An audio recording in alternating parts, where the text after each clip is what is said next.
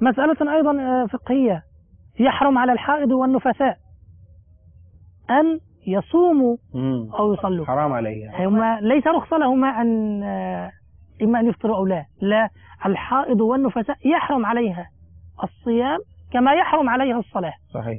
كذلك يحرم عليها قراءة القرآن أو مص المصحف، ولكن قضاء عليهن طبعا بلا شك. لا، ليس كما في الصلاة. لا لا لا أبدا، تقضي للصيام ولا تقضي للصلاة.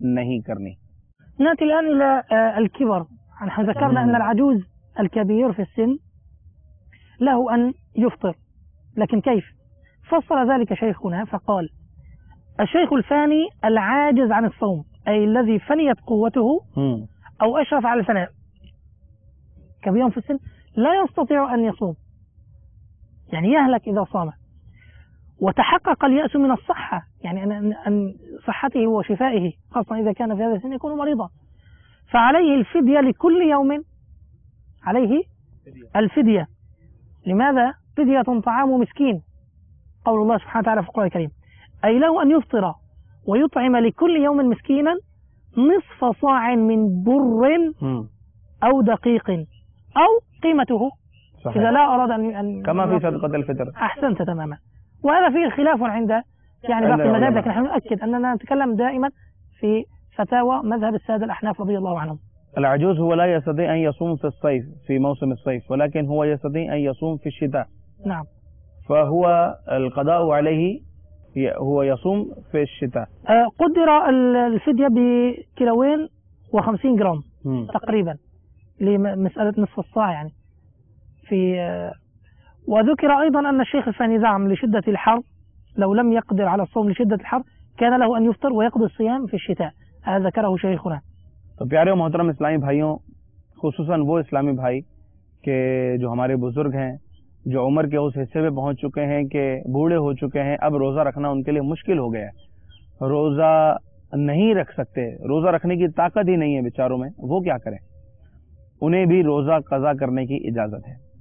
رمضان المبارک گرمیوں میں آ گیا، گرمیوں میں روزہ نہیں رکھ سکتے لیکن سردیوں میں روزہ رکھ سکتے ہیں. رمضان میں روزہ نہ رکھیں، بعد میں اس کی قضا سردی کے موسم میں کر لیں. کچھ ایسے بیچارے ہوتے ہیں کہ ابھی بھی نہیں رکھ سکتے، بعد میں بھی نہیں رکھ سکتے، اور بعد میں کوئی امید بھی نہیں ہے، نظر ہی نہیں آ رہا. جیسے شیخ فانی کہتے ہیں اس دہلیز پہ کھڑے ہیں کہ اب دوبارہ صحت آنے کی امید نہیں ہے، ایسی پوزیشن ہو، وہ کیا کریں؟ روزہ تو چھوڑ دیا رمضان کا. ان کے لیے شریعت مطہرہ نے ایک فدیہ رکھا ہے کہ وہ ہر روزے کے بدلے میں ایک فدیہ ادا کریں. فدیہ کیا ہے؟ صدقہ فطر کی جو مقدار ہوتی ہے اسے فدیہ کہتے ہیں. تو وہ ایک ایک روزے کے حساب سے 30 روزے ہیں تو 30 روزوں کی وہ مقدار جو ہے وہ مسکین کو دے دی جائے. تو قرآن مجید فرقان حمید میں ہمیں یہ حل دیا گیا ہے، لیکن یہ اس ہر مسلمان کے لیے، ہر روزہ چھوڑنے والے کے لیے نہیں ہے، مسافر کے لیے نہیں ہے، مریض کے لیے نہیں ہے. یہ صرف اور صرف کس کے لیے ہے؟ اس بوڑھے شخص کے لیے، اس شیخ فانی کے لیے جس کو آئندہ زندگی میں اس بات کی امید نہیں ہے کہ وہ روزہ رکھ سکے گا. آگے بھی بہت سارے جزیات باقی ہیں، مگر سلسلے کا وقت اپنے اختتام کو پہنچا. مزید تفصیل جاننے کے لیے شیخ طریقت امیر اہل سنت کی کتاب فیضان رمضان کا ضرور مطالعہ کیجیے. رمضان المبارک کا مہینہ ہے، اس میں بہت سے آپ کو مدنی پھول ملیں گے اور آپ کو بہت کچھ سیکھنے کو ملے گا. اللہ تبارک و تعالی ہمیں سعادت نصیب فرمائے. آمین بجاہ النبی الامین صلی اللہ تعالی علیہ وآلہ وسلم. صلوا علی الحبیب صلی اللہ تعالی علی محمد صلی اللہ علیہ وسلم.